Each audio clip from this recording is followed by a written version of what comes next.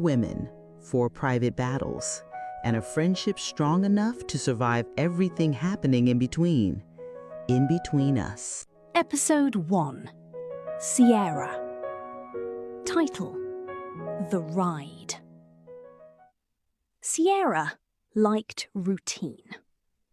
Mostly because routines didn't disappoint you. Same bus stop, same yellow headphones, same too early morning air that always smelled a little like rain and car exhaust.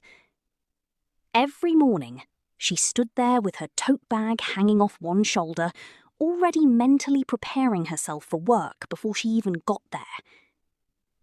And every morning, that bus tested her patience like it was a paid actor. Ciara checked the transit app again. 2 minutes away. She stared at the screen, then looked down the empty street, then back at the screen. Lying. She sucked her teeth softly. Not late again. The bus had one job. One.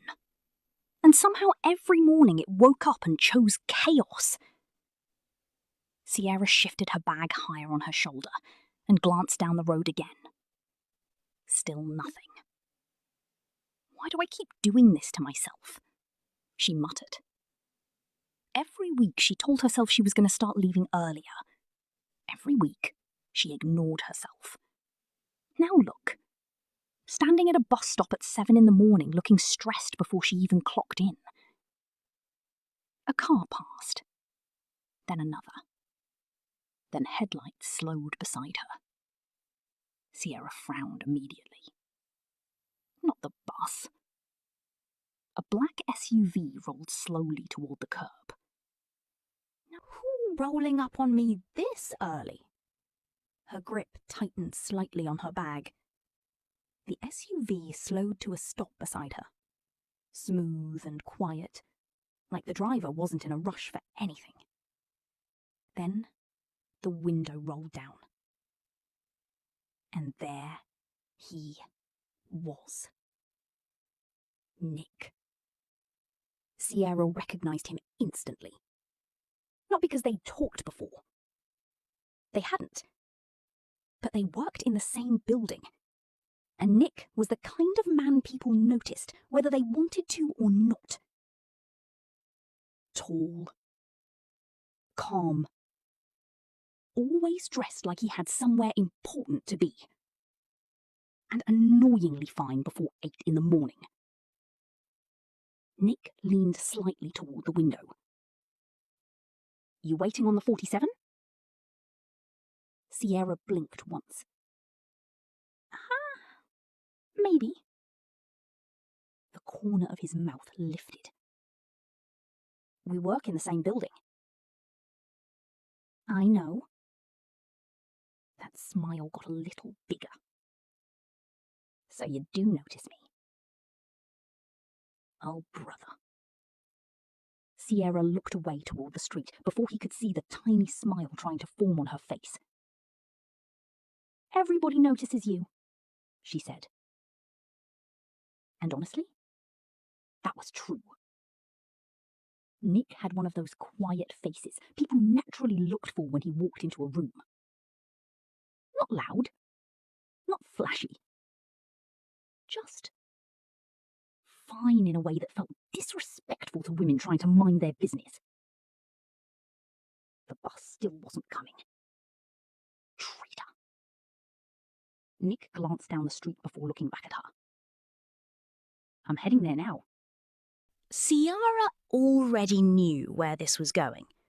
And the crazy part? A small, dangerous part of her hoped it would. You want a ride? Now, see, this was exactly how people ended up in documentaries. Ciara stared at him for a second. Because technically, she should say no. Matter of fact, if Jazz called her talking about some man pulling over at a bus stop offering rides, Ciara would have yelled at her for 30 straight minutes. But this wasn't some random man. This was Nick from the building. Nick with the calm voice. Nick with the watch she knew probably cost more than her rent. Nick who always nodded at the security guards and held elevators open for people without trying too hard to look nice doing it. And unfortunately for her, that made him worse. Ciara looked down the road one more time. Still no bus. She sighed dramatically. You know what? Fine. The second she opened the passenger door, Ciara became painfully aware of herself. The way she climbed in, the way her jeans fit sitting down, the way her headphones suddenly felt childish. Girl, relax. It's a ride to work, not a marriage proposal. The inside of Nick's SUV smelled clean. Warm leather, cologne, coffee. Rich people air. Ciara sat carefully, pulling the seatbelt across herself while trying very hard not to look awkward while doing it. Nick pulled away from the curb smoothly. For a few seconds, neither of them said anything. The city moved around them in soft morning blur. People crossing streets, coffee shops opening, cars rushing like everybody woke up already irritated. Ciara looked out the window, which was smart, because every time she looked over at Nick, her stomach did this weird little flip she absolutely did not appreciate, and it was annoying her. Badly. Meanwhile, Nick was trying not to smile, because Ciara looked exactly like he imagined she would sitting in his passenger seat. Guarded, observant, trying very hard to act unaffected. Nick noticed her weeks ago. The yellow headphones, the oversized shirts, the way she walked fast like she had zero interest in unnecessary conversation. He noticed how she always held the lobby door open for people, but never waited around long enough for them to thank her. He noticed the way she laughed with her friends. Open, real, pretty enough to make him look twice. And now here she was, beside him, pretending she wasn't nervous. "You always take the bus?" Nick asked casually. Ciara looked over slowly. "You always ask this many questions before 8? A low laugh left him. "Depends." "On what?" "Who I'm talking to." See, now that was unnecessary. Ciara looked back out the window fast before her face betrayed her, because she knew herself, and pretty men with calm voices were usually dangerous. The ride should have felt awkward. Instead, it felt easy, which honestly was somehow worse. By the time they pulled into the parking garage, Ciara had already started lying to herself. This didn't mean anything. It was one ride, one conversation, one slightly attractive man with nice hands driving her to work. That was it. Nick parked beside the elevator. Ciara reached for the door handle. "Thanks for the ride." But instead of answering immediately, Nick picked up his phone and unlocked it, then held it out toward her. Ciara looked at the phone, then at him. Nick's expression stayed calm, but his eyes didn't. "Put your number in before you disappear again." Ciara's brows lifted. "Disappear again?" "You do." "I do not." "You speedwalk into that building every morning like somebody chasing you." Ciara tried not to laugh. Failed. Just a little. Nick saw it, and for some reason, that made the air feel warmer. Ciara took the phone. Her fingers brushed his.